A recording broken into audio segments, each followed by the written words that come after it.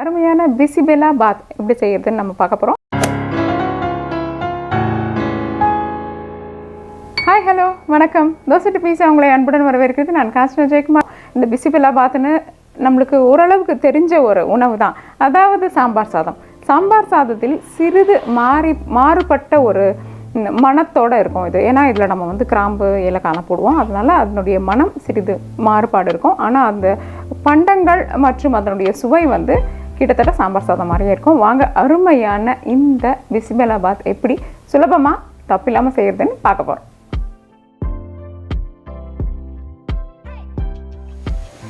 இப்போ நம்ம முதல்ல என்ன பண்ணலான்னா, அரிசி பருப்பு ரெண்டுத்தையும் ஒன்றாவே கலந்து நல்லா கழுவிட்டு குக்கர் பாத்திரத்தில் குழையிற அளவுக்கு வேக வைக்கணும். அதுதான் நம்மளுடைய தேவை. அதனால் நம்ம என்ன பண்ணால் ஒரு 5-6 சத்தம் வர வரைக்கும் நம்மளுடைய குக்கர் பாத்திரத்தை அடுப்பில் வச்சுருக்கலாம். அப்படி இல்லைன்னா உங்கள் குக்கரில் எத்தனை வந்தால் நல்லா குழையும்னு உங்களுக்கு தெரியும், அதுக்கேற்ற மாதிரி நீங்கள் வச்சுக்கலாம். இப்போ நான் அரிசி மற்றும் பருப்பை சேர்த்து கழுவி வச்சுட்டேன். அதுக்கு 1:3 என்ற விகிதத்தில் நம்ம தண்ணீர் சேர்த்துக்கலாம். இது பச்சரிசி உபயோகப்படுத்தி நம்ம செய்கிறோம். இப்போ நான் இது மாதிரி ஒரு குக்கர் பாத்திரத்தை உபயோகப்படுத்த போகிறேன். அதனால் இதில் தனியாக பிரிவுபடுத்தக்கூடிய பாத்திரத்தை உபயோகப்படுத்தி நம்ம இந்த சமையல் பண்ண போகிறோம். அப்படி நேரடியாக குக்கர்லேயே போட்டுக்கணும் அப்படின்னு நினைக்கிறவங்க நேரடியாக போட்டு அதே அளவுக்கான தண்ணி ஊற்றி சமைக்கலாம். இப்போ நான் இந்த மாதிரி பண்ணும்பொழுது ஒரு சின்ன குறிப்பு உங்ககிட்ட பகிர்ந்துக்க விரும்புகிறேன். அதாவது நான் உபயோகப்படுத்திட்டு மீதம் இருக்கிற ஒரு சிறிய துண்டிலான எலுமிச்சை தோல் இதை எடுத்து நம்மளுடைய குக்கர் பாத்திரத்தில் போட்டுட்டு நம்ம இதை பண்ணும்பொழுது என்ன ஆகும்னா, உப்பு படிவது அடியில் மற்றும் பக்கவாடுகளில் உப்பு படியும். அந்த உப்பு படிதலை இது தவிர்க்கும். அதனால் நீங்களும் கிடைச்சதுன்னா செய்து பார்க்கலாம்.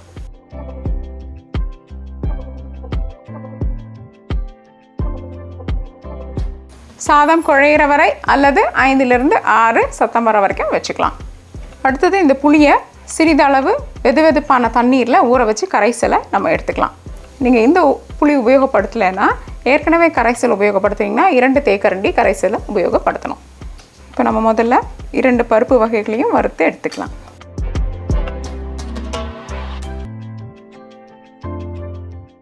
இப்படி லேசாக ஒரு நிறம் மாற்றம் தெரியுது, வறுபட்ட மனம் வருது. இந்த நிலையில் நம்ம இதை எடுத்துடலாம். இப்போ நம்ம தனியா விதைகளை சேர்த்துக்கலாம். வெடிக்க ஆரம்பித்தோன்னா எடுத்துடலாம். இப்போ நம்ம மிளகு சேர்க்க போகிறோம். மிளகு எப்படின்னா வெடிக்க ஆரம்பிச்சிடும்.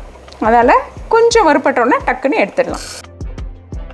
அதாவது இது திரிக்கும் பொழுது நம்மளுக்கு எப்படி இருக்கணும்னா நல்லா சேர்ந்து அரைஞ்சி வரணும் அப்படின்றதுக்காக தான் இதை லேசாக எல்லாத்தையுமே நம்ம வறுத்து எடுத்துக்கிறோம். அதை தவிர இதனுடைய மனம் கொஞ்சம் நல்லாயிருக்கும். அதனால் நம்ம இதை வறுத்து எடுக்கிறோம். இப்போ கசகசாவை சேர்த்துக்கலாம்.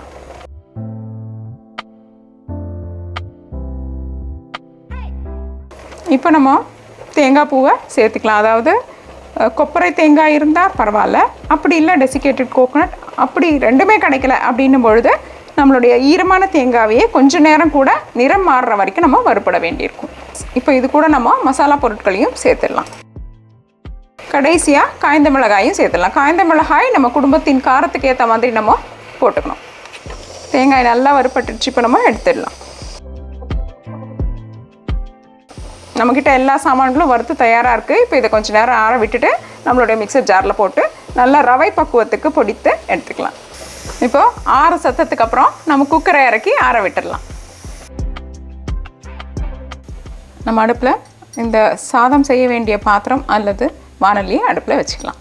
ஒரு 2-3 தேக்கரண்டி அளவுக்கான எண்ணெய் இதில் ஊற்றிக்கலாம். சின்ன வெங்காயம் சேர்த்துக்கலாம். சின்ன வெங்காயம் உபயோகப்படுத்தல முடியல அப்படின்றவங்க பெரிய வெங்காயத்தை உபயோகப்படுத்திக்கலாம். லேசாக சிறிது நல்ல ஒரு வறுபட்ட மனம் வர வரைக்கும் நம்ம இதை அடுப்பில் வச்சுக்கலாம். அதுக்கு நம்ம கொஞ்சம் உப்பு போட்டுக்கலாங்களா? இப்போது கொஞ்சம் நல்லா வதங்கின மாதிரி ஆனோடனே தக்காளிகளை சேர்த்துடலாம்.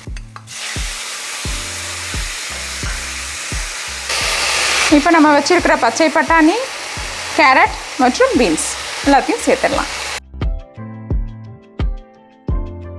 இப்போ என்ன பண்ணணும்னா, ரொம்பவும் குறைவான, அதாவது அரை டம்ளர் அளவுக்கான தண்ணீரை ஊற்றி இதை ஒரு 5 நிமிடங்கள் வேக வச்சு எடுத்துக்கலாம்.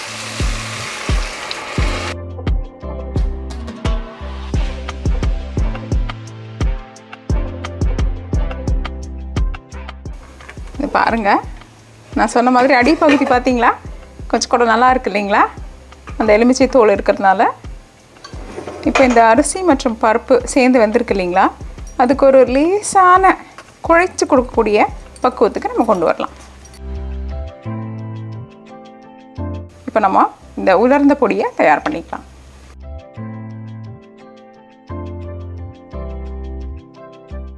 நம்மக்கிட்ட இப்போ அரைத்து இந்த பொடி தயாராக இருக்குது.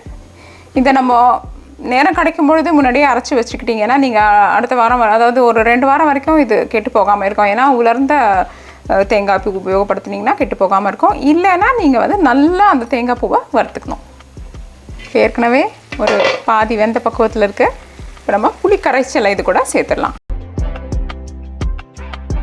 இப்போ நம்ம உப்பு பார்த்துக்கலாம். உப்பு தேவைப்பட்டதுன்னா இந்த பக்குவத்தில் நம்ம உப்பு சேர்த்துக்கலாம். மஞ்சள் தூள் சேர்த்துடலாம்.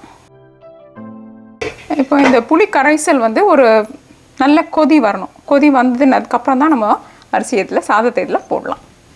நல்லா கொதிச்சிட்ருக்கு. நம்ம இந்த சாதத்தை இதில் சேர்க்குறோம்.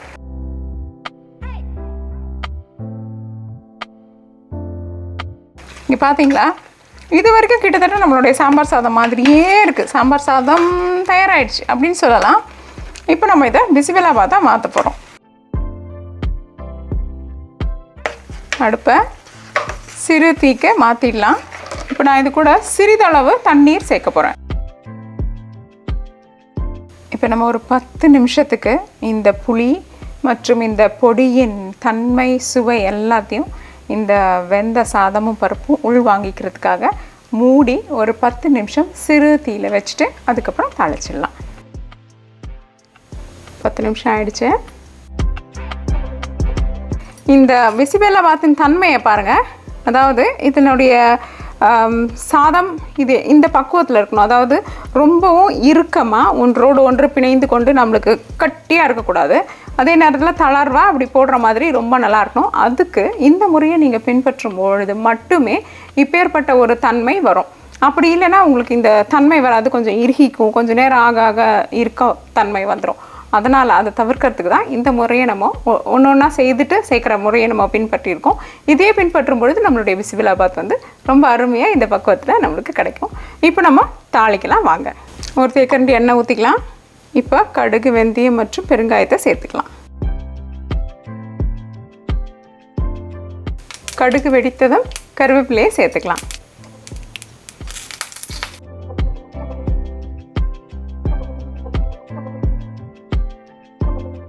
இப்போது கொஞ்சோண்டு நெய்யை இந்த பிசிபெலா பாத் மேலே போடலாம்.